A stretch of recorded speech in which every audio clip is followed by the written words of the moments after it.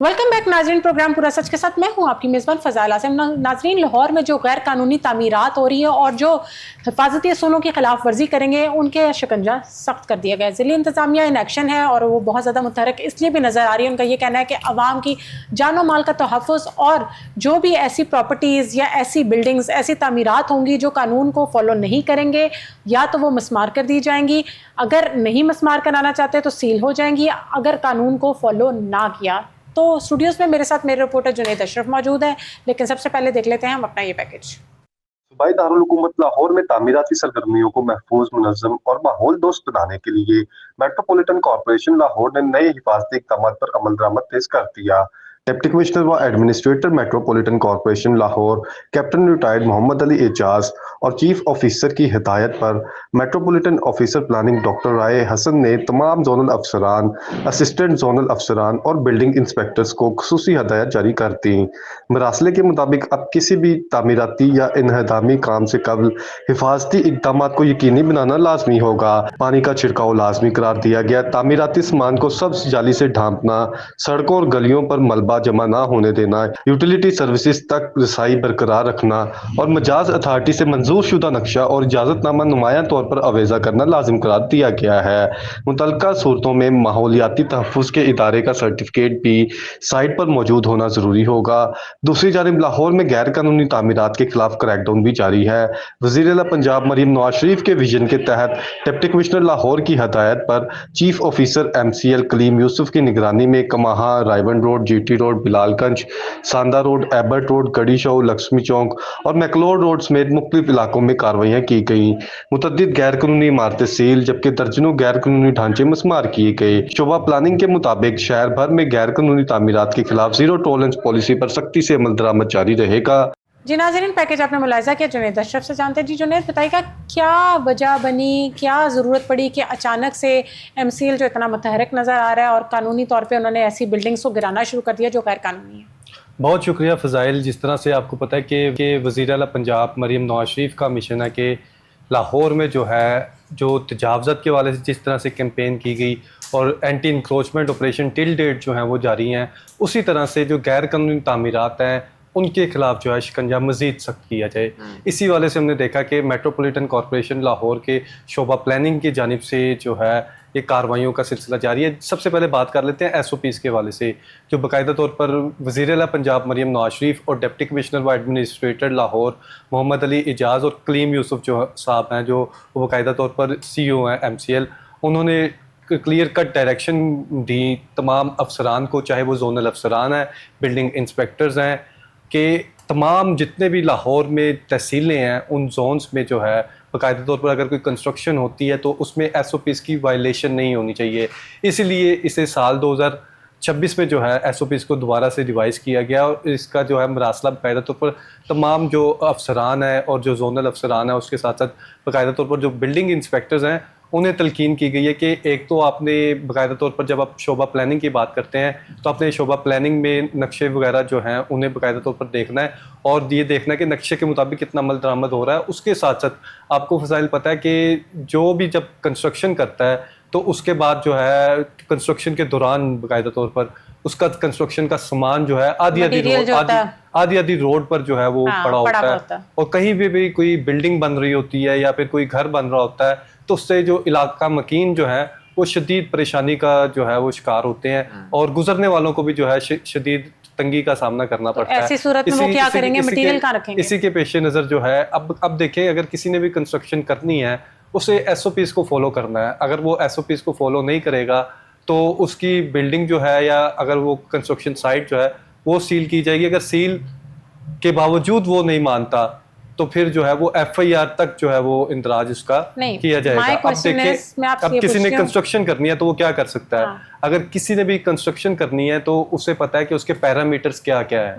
ठीक है। अगर किसी का रकबा जो है वो 5 पर ले है या फिर 1 कनाल है तो उसने पहले खुद ही, जिस तरह से हम पहले बाकायदा तौर पर मैपिंग करते हैं, मकान बनाना होता है, बिल्डिंग बनानी होती है या कोई भी स्ट्रक्चर तामीर करना होता है, उसकी हमने मैप की होती है। उसी तरह से जब आपने कोई भी कंस्ट्रक्शन का काम करना है तो उसके लिए आपने जगह जो है पहले ही एलोकेट कर लेनी है, चाहे वो आपकी प्रीमिसेस के विदिन हो चाहे प्रेमिसेस के थोड़ा सा आप सराउंडिंग का एरिया यूज कर सकते हैं, लेकिन ज्यादा एरिया आप यूज नहीं कर सकते, क्योंकि जो गुजरने वाले हैं, अगर कोई आम शहरी है या फिर मोहल्लेदार है या फिर किसी भी सोसाइटी में कहीं पे भी आप अगर तामीर कर रहे हैं, तो इस तरह की तामीर नहीं होनी चाहिए जिससे आम गुजरने वालों को भी मसला हो और इन्वायरमेंट में हमारे जो है शहरी परेशान नहीं नजर आने एनवायरमेंट में जो है उससे मसले मसाइल पैदा हो। आप जुनैद, मुझे आप ये बताएं कि क्या जब किसी भी जगह कंस्ट्रक्शन हो रही होती है वहां पर गर्दो गुबार जो है वो बहुत ज्यादा होती है, और इसी गर्दो गुबार की वजह से, धूल मिट्टी की वजह से जो सांस की बीमारियां उसमें इजाफा होता है। अब देखें जो शख्स वहां से गुजर रहा है उसकी क्या गलती थी कि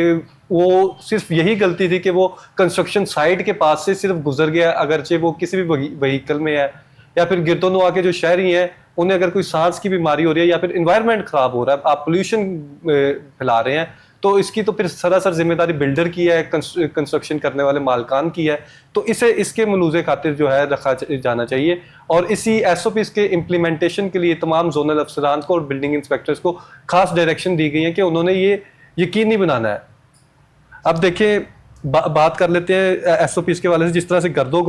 गुबार की रोकथाम के लिए जो है आपने पानी का छिड़काव यकीनी बनाना है कि एटलीस्ट जो आपके प्रेमिसेस है या प्रेमिसेस के एरिया के सराउंडिंग में जो आपने सामान रखा हुआ है उसके बायस जो है वो पोल्यूशन ना फैल सके या गर्दों गुबार ना हो। और उसके साथ साथ फजाइल, आपको पता है कि बहुत से इस तरह की प्रॉपर्टीज़ होती हैं, बहुत से इस तरह के स्ट्रक्चर्स होते हैं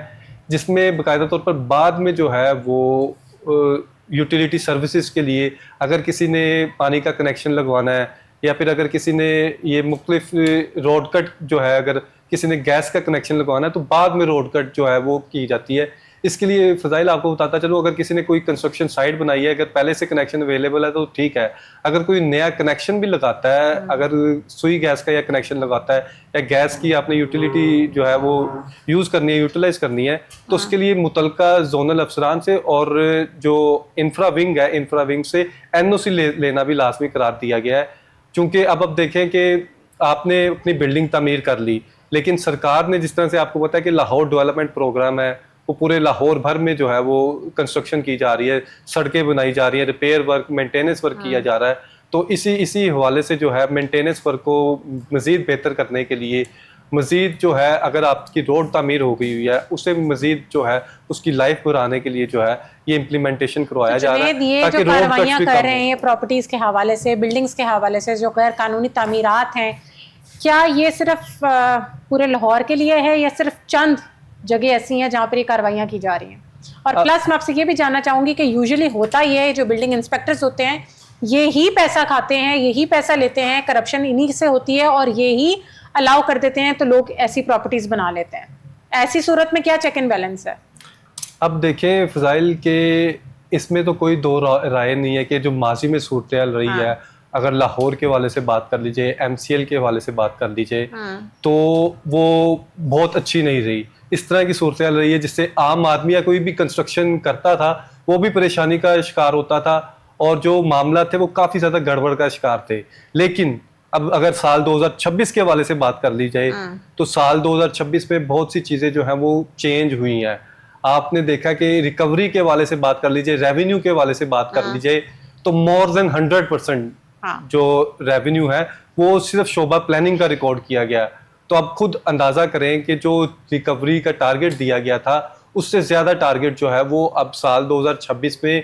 टिल डेट जो है वो रिकवर कर लिए गए। अब अगर करंट सिनेरियो के वाले से आपको बताऊं तो करंट सिनेरियो में अगर आप जोन्स वाइज देखें तो जोन्स वाइज जो कारकर्दगी है, तमाम बिल्डिंग इंस्पेक्टर्स के वाले से बात कर लीजिए, जोनल अफसरान के वाले से बात कर लीजिए, तो उनको जो है डिजिटल मॉनिटरिंग के साथ साथ जो है तमाम तरीक़ेकार से जो है उनकी भी मॉनिटरिंग और चेक एंड बैलेंस किया जा रहा है। उन्हें डेली बेस के टारगेट दिए जा रहे हैं कि आपने इतना टारगेट जो है अचीव करना है। अब देखिए चेक एंड बैलेंस करने के वाले से अगर बात कर लीजिए तो MO प्लानिंग जो है वो बाकायदा तौर पर पूरे लाहौर को जो है MO प्लानिंग डॉक्टर राय इम्तियाज साहब जो हैं वो देख रहे हैं। अगर CEO के वाले से बात कर लीजिए तो कलीम यूसुफ साहब जो हैं, CEO को तो सबसे पहले ये चाहिए, कलीम यूसुफ साहब को ये चाहिए सबसे पहले तो जो आपके MCL के बंदे डेपुटेशन पे दूसरे अदारों में गए हुए हैं उनको पहले वापस लाए ना, जो उन्होंने वहां पर करप्शन का बाजार गर्म किया हुआ है, सबसे पहले तो वो ये करें ना, सबसे पहले इकदाम तो वो ये उठाएं। उसके बाद come to the point properties, तो आपके इंस्पेक्टर्स जो हैं हम उनका क्या चेक एंड बैलेंस है, किस तरीके से उनको आप तैनात करते हैं और किस तरीके से आप उनको कहते हैं कि जी बेहतरी लेकर आए? अब देखें, जिस तरह से आपने डेपुटेशन के वाले से बात की, हाँ। एमसीएल के वाले से बात की, तो अभी भी ताहाल 2026 में भी बहुत से मसाइल इस तरह के हैं जो एमसीएल से रिलेटेड है, जिससे जो है फौरी तौर पर हल होना चाहिए। चाहे वो आपके इंक्रोचमेंट के वाले से अगर कोई रेडी या फिर कोई भी सामान जो है शहरी का जब्त हो गया है, तो उसका प्रॉपर तरीके से जो है वो रिकॉर्ड मेंटेन नहीं रखा जाता कि आप बताएं फलां जोन से आपने इतनी जो है इंक्रोचमेंट ऑपरेशंस किए और उसके एवज सरकार को कितना रेवेन्यू जनरेट हुआ। कुछ आपने स्क्रैप कर दिया, फिर करोड़ों का जो स्क्रैप है वो साल बाद आप रिपोर्ट बना देते हैं। हालांकि अगर इंक्रोचमेंट ऑपरेशंस के वाले से ही बात कर लीजिए तो तकरीबन डेली रोजाना की बुनियाद पर लाखों रुपए का जो सामान है वो जब्त किया जाता है। फ़ज़ाइल, आप खुद अंदाजा करें कि सिर्फ एक काउंटर जो शहरी तामीर करता है, बनवाता है अपने लिए कि मैं अपना कारोबार कर सकूंगा, जब एक काउंटर ही 40-50 हज़ार रुपए का काउंटर, सिर्फ एक काउंटर की मैं बात कर रहा हूँ, अगर 10 शॉप्स पर ऑपरेशन हो गया तो इसका मतलब कितने लाखों का जो वो काउंटर्स वगैरह सामान वगैरह वो एमसीएल के पास चला गया। अगर ज़राए की भी बात आप कर लें तो एमसीएल को ये माना जाता है कि सबसे ज्यादा करप्शन ही एमसीएल में की जाती है। इनके अपने बंदे ही करप्शन करते हैं बहुत ज्यादा, और क्लियर फैक्ट है। तो ऐसी सूरत में क्या चेक एंड बैलेंस रख रहे हैं और किस तरीके से इसको बेहतर बनाना चाह रहे हैं? कोई नए इकदाम, कोई नई पॉलिसीज लेकर आ रहे हैं एमसीएल को इम्प्रूव करने के लिए? जी बिल्कुल, इसमें अगर एमसीएल के वाले से, शोबा प्लानिंग के वाले से बात कर ली जाए तो जिस तरह से टारगेट अचीव किया गया है, तो उसी तरह से अगर आप बात कर लें, जिस तरह से आपने करप्शन का जिक्र किया और दीगर मामला वगैरह हैं, तो जब तक डिजिटल सिस्टम नहीं हो जाएगा, डिजिटल सिस्टम फुली तौर पर इम्प्लीमेंट नहीं हो जाएगा, तब तक इस तरह के मामला होते हैं। अब आप देखें कि कहीं पर भी ऑपरेशन किया गया है, आपने डिजिटल एक तस्वीर स्नैप ली है, आपने अपलोड कर दिया कि ये सामान हमने फलां जगह से ऑपरेशन किया है, गुलबर्ग जोन से किया है, डीजीबीटी जोन से किया है, रायवंड से किया है, या फिर शादरा से, कहीं से भी, लाहौर के किसी भी जोन से आपने ऑपरेशन किया है, तो आपकी जो तस्वीर है वो आपने अपलोड कर दी, फिर उसके बाद आपने सामान स्टोर जो है वो मुंतकिल कर दिया है। इसका प्रॉपर नेक्स्ट लाए अमल बनाना चाहिए कि अगर कोई सामान, जिस तरह से आप लाखों रुपए, करोड़ों रुपए मालियत का, लाखों रुपए मालियत का तो डेली बेसिस पे करते हैं, अगर आप मंथली रिपोर्ट तैयार करें तो ये करोड़ों रुपए मालियत का सिर्फ ये सामान जो है ये जब्त किया जाता है, और इसकी बाद में वैल्यूएशन सालों बाद, सालों साल जो आपने सामान जब्त किया है उससे बाद में आप स्क्रैप कर देते हैं। इससे प्रॉपर मैकेनिज्म इस तरह का होना चाहिए, जिस तरह से वज़ीर-ए-आला पंजाब मरीम नवाज शरीफ ने सीएम कार्ड्स का जो प्रोजेक्ट शुरू किया था, तो उसी तरह से अगर आप इंक्रोचमेंट फ्री लाहौर बनाना चाहते हैं तो इसको भी प्रॉपर मैकेनिज्म और डिजिटलाइजेशन होनी चाहिए, जिससे या तो सरकार का रेवेन्यू जनरेट हो सके। अब देखिए, अगर आपने चीज ली है, उसे तोड़ दिया, किसी का फायदा नहीं हुआ, ठीक है। अब गरीब ने फिर दोबारा जो है वो कुछ ना कुछ अपना करना है। अगर किसी ने रेडी लगाई हुई है तो उसे प्रॉपर, जिस तरह से सीएम की कार्ड्स है, रेडी लगाते हैं, तो अगर अब इनकी कार्रवाई का भी ये हाल है कि कार्रवाई करते हैं वो, इनका ट्रक आता है और वो सारा सामान लोगों का, गरीबों का उठा के लेके जा रहे होते हैं, अगले दिन वो फिर वही सामान ले आते हैं। ऐसी सूरत में क्या है? अब देखिए, कार्रवाई के वाले से जिस तरह आपने बताया ना कि दोबारा सामान आ जाता है या फिर दोबारा वहीं पर जगह हो जाती है, तो इसी वाले से जो है ये तमाम सामान जो है जब्त कर लिया जाता है। पहले होता था कि ये सामान रिलीज कर दिया जाता था, चलान कर दिया जाता था, क्योंकि साल 2026 में जो है वो उसे अब चलान वगैरह नहीं किया जा रहा, लेकिन इस वाले से जो है प्रॉपर मैकेनिज्म होना चाहिए जिससे शहरियों को भी पता हो कि उन्होंने अपनी प्रीमिसेस में रह के, अपनी विद इन जो उनकी टेरिटरी है उसमें रह के किस तरह से अपना बिजनेस जो है वो रन करना है। दूसरा, इसके साथ गैर कानूनी जो तामीरात हैं उसकी निशानदेही कैसे होगी? कौन बताएगा कि ये गैर कानूनी है और इसको किस तरीके से ये लोग मैनेज करेंगे?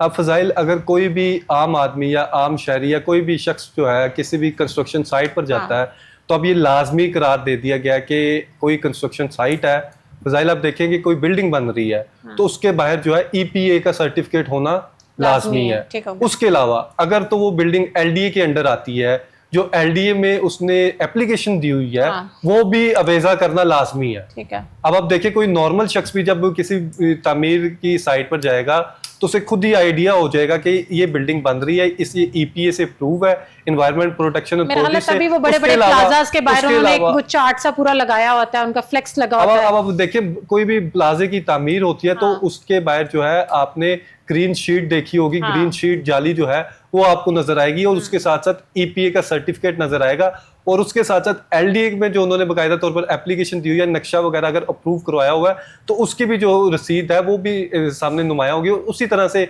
अगर एप्लीकेशन जो है, अगर कोई बिल्डिंग, कोई तामीर जो है एमसीएल के अंडर आती है तो एमसीएल में जो बाकायदा तौर पर एप्लीकेशन दी हुई है, जो नक्शा दिया है और जो अप्रूव करवाया है, उसकी जो है वो पिक्चर जो है वो अवेजा करना लाजमी करार दिया गया है। तो अब खुद अंदाजा करें कि जब साल 2026 में इसका फुली इम्प्लीमेंटेशन करवाया जाए तो और कई इलाकों में इम्प्लीमेंटेशन करवाया जा रहा है और कुछ इलाके इस तरह के हैं जिसमें ताहाल भी जो है वो फुकदान नजर आ रहा है, जिसमें मजीद बेहतरी की गुंजाइश है। अगर इम्प्लीमेंटेशन के वाले से अगर आपको बताऊं तो रिसेंटली डीजीबीटी के एरिया में दातागंज बख्श जोन में, रावी जोन में जो है, और तहसील शालीमार और अजीज भट्टी जोन के वाले से आपको बताऊं तो मुतद्दिद जो इमारतें हैं उन्हें मस्मार किया गया है और कुछ बिल्डिंग्स इस तरह की हैं जिन्हें बाकायदा तौर पर एसओपीज की उन्होंने वायलेशन की थी, उन्हें सील किया गया। इसमें फजाइल 2-3 चीजें होती हैं कि जब भी कोई भी विजिट किया जाता है या फिर देखा जाता है तो पहले अपना प्लान चार्ट जो है वो बना लिया जाता है कि कौन कौन से एरियाज में जो है वो ऑपरेशन किया जाएगा। और फजाइल आपको मैं अगर पूरे मंथली सीक्वेंस के वाले से बताऊं तो